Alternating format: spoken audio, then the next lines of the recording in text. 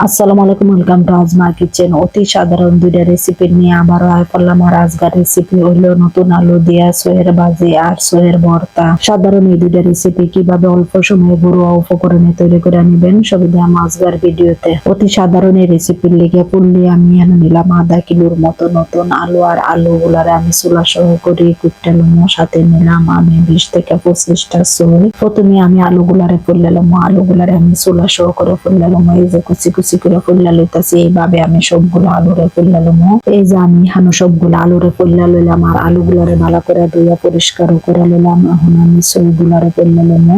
এইভাবে আমি সইয়ের আঁশ ছাড়াইয়া 2-3টা সই একসাথে লইয়া আমি ফুল্লা লমো। এইভাবে কুচি কুচি করে ফুল্লা লইতাছি। এইভাবে আমি সবগুলা সই ফুল্লা শেষ করে লইলাম। আমরা সই আলু ফলা শেষ হয়ে গেছে। এখন আমরা মূল উপকরণে যাবো। মূল উপকরণে যাওয়ার আগে আমি একটা পেঁয়াজ ফুল্লা লইতাছি। আর পেঁয়াজ গুলারে আমি এইভাবে কুচি কুচি করে ফুল্লা লইতাছি। লগে একটা টমেটো কুচি করে লইতাছি। আলু ভাজির লগে ছোট্ট একটা চুক্কা বাইগন দিলে এর স্বাদই অন্যরকম। তো চুক্কা বাইগন কাটার লগে লগে আমি এখানে আবার কয়েকটা কাঁচামরিচ কাটতে লইতাছি। কাঁচামরিচ কাটার শেষে আমি সইয়ের ভর্তার লগে এখানে 15-20টা সই লইতাছি। আর সই গুলারে এইভাবে আল ছাইড়া ছাইড়া লইতাছি। সবগুলা সইয়ের আমি এইভাবে চুলার নিলাম। এখন সই গুলারে ধুইয়া পরিষ্কার করে আমি সিদ্ধ করে নিব।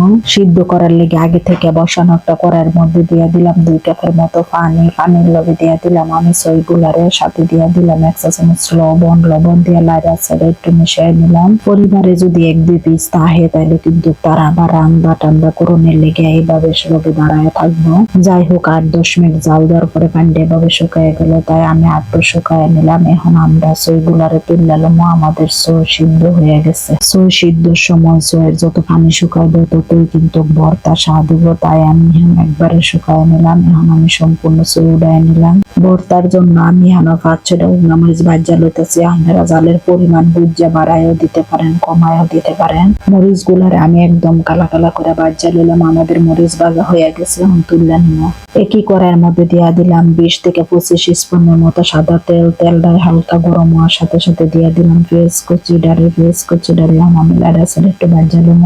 আমাদের এই ছোট্ট কলিজার টুকরারা দেখেন রান্না বান্নার ফাঁকে আবার হাঁসের আদর যত্ন চালাইতেছে। মাশাআল্লাহ, হাঁসটার কত সুন্দর করে আদর করতেছে। এদিকে যখন আবার পেঁয়াজটা হালকা বাদামি কালার হইলো তখন সাথে দিয়ে দিলাম 3 থেকে 4টা কাঁচামরিচ। কাটা কাঁচামরিচের লগে দিয়ে দিলাম আমি আলু কুচি ও সইয়ের কুচি। সাথে দিলাম 1 চা চামচ হলুদের গুঁড়া, 1 চা চামচ লবণ আর বাকি চুক্কা বাইগন কুচি। সবগুলার ভালো করে মিশিয়ে এলাম, কিন্তু আমার তো আর মিশাইতে দিতেছে না। আমার এক পিস আবার এখানে হাজির রান্না বান্নার কাজে। 4 থেকে 5 মিনিট পরে আবারও আমরা দিয়ে দিব 5 থেকে 6টা কাঁচামরিচ কুচি। আমি এখানে কোনো গুঁড়া মরিচ এড করবো না, শুধু কাঁচামরিচ দিয়ে করবো।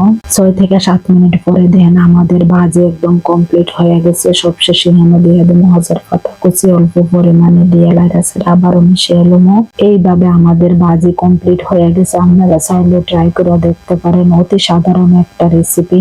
এদিক দাবার সয়ের ভর্তা একদমই রেডি। এখানে আবার অল্প পিস কুচি সরিষার তেল হুগনা মরিচ দিয়ে মাখায়া ভর্তা বানায় নিলাম। অতি সাধারণ দুইটা রেসিপি। আশা করি বলতে ভালো লাগবে। আজকে এই পর্যন্ত। আল্লাহ হাফেজ।